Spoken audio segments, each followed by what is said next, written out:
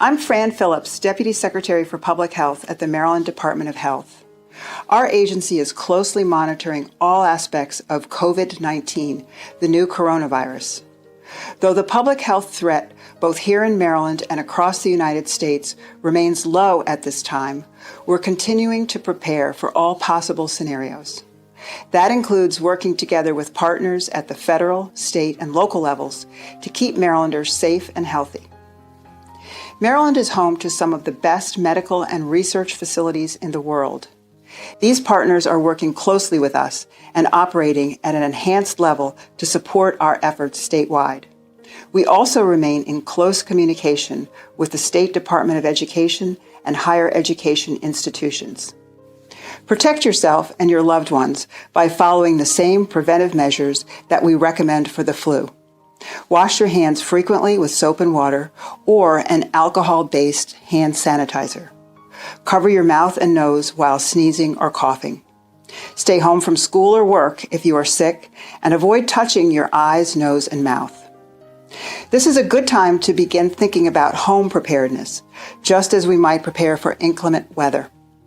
Finally, it's important to know the vast majority of people recover from this infection. Many patients will only have mild to moderate symptoms. Visit health.maryland.gov or dial 211 for up-to-date information and resources. Nazi Germany, propaganda, the radio. 1923 through 1945. The Nazi Party used radios to spread its message to new followers, especially pushing the argument that Germany had been wronged by the Treaty of Versailles. Alongside posters, school programs, and other more obvious forms of indoctrination, the radio allowed for subliminal and less direct messaging. Similarly, compulsory films in school for children accompanied mandatory listening to Hitler's speeches over the radio. In 1923, the creation of German public broadcasting soon led to the establishment of regional broadcasting companies. By the end of 1924, 9 companies existed. Radio broadcasting was state-regulated by the Reich Radio Company, with 51% owned by the Ministry of Posts and the other 49% by the 9 companies who controlled program content.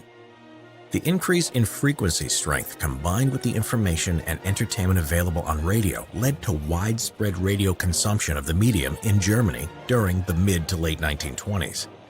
A fee was required to listen starting in January 1924, but content was non-political until 1929.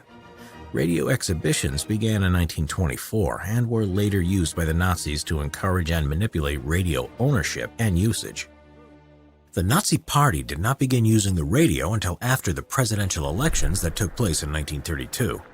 During this time, there was still an anti-Nazi element to radio messaging that resulted in a positive outcome for Paul von Hindenburg.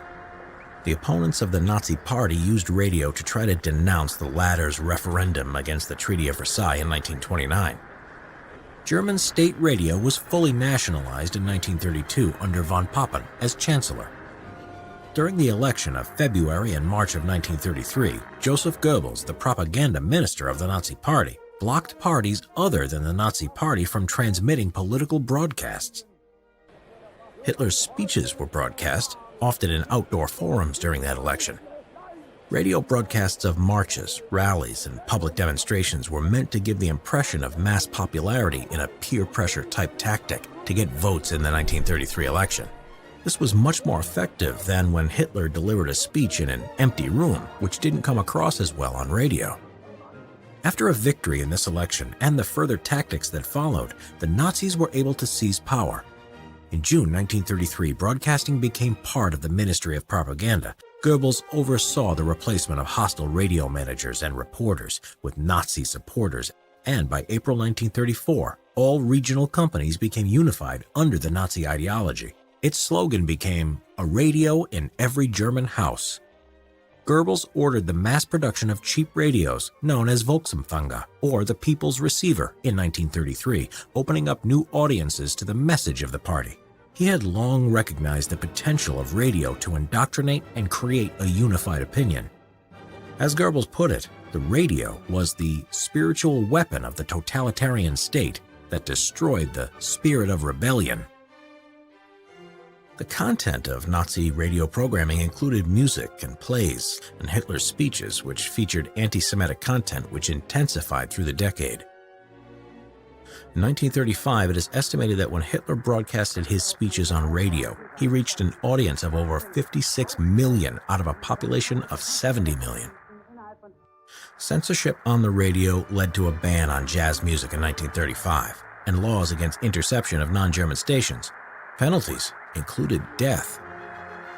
Even the mass-produced radios themselves were designed with a limited range in order to prevent foreign broadcasts. The law against jazz music was interesting because they forbade it in Germany, but used it as a propaganda abroad.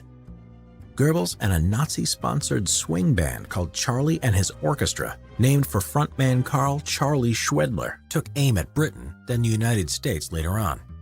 In 1940, the band broadcast its music, full of messages about Aryanism, Jewish conspiracies, and weak British leaders, across the pond. A cheaper version of the Volksempfänger, the DKE-38, was released from 1938, nicknamed the Goebbels Schnauze, or Goebbels Snout, and sold for just 35 Reichsmarks. Even if a radio wasn't in reach, public loudspeakers spread the Nazi propaganda message in factories, public squares, schools, offices, and restaurants. Radio wardens were present to ensure people were listening to the major speeches being broadcast. By 1939, 70% of households had a mass-produced radio.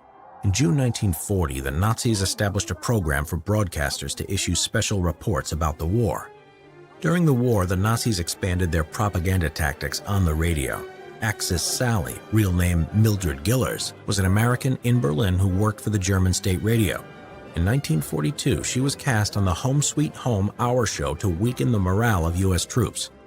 Radio broadcasts that focused too much on politics became boring to the average listener, so the Nazis switched to mainly music and other entertainment.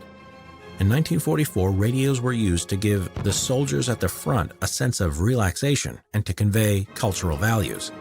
On May 1, 1945, a German radio broadcast announced Hitler's death, fighting up to his last breath against Bolshevism.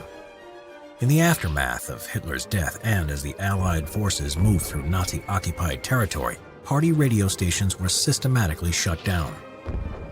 The last broadcast in the name of the Nazi state was sent from a radio station in Flensburg near Denmark on May 8, 1945. Subscribe for more history, and don't forget to click the bell button to get a notification of when there is a new episode.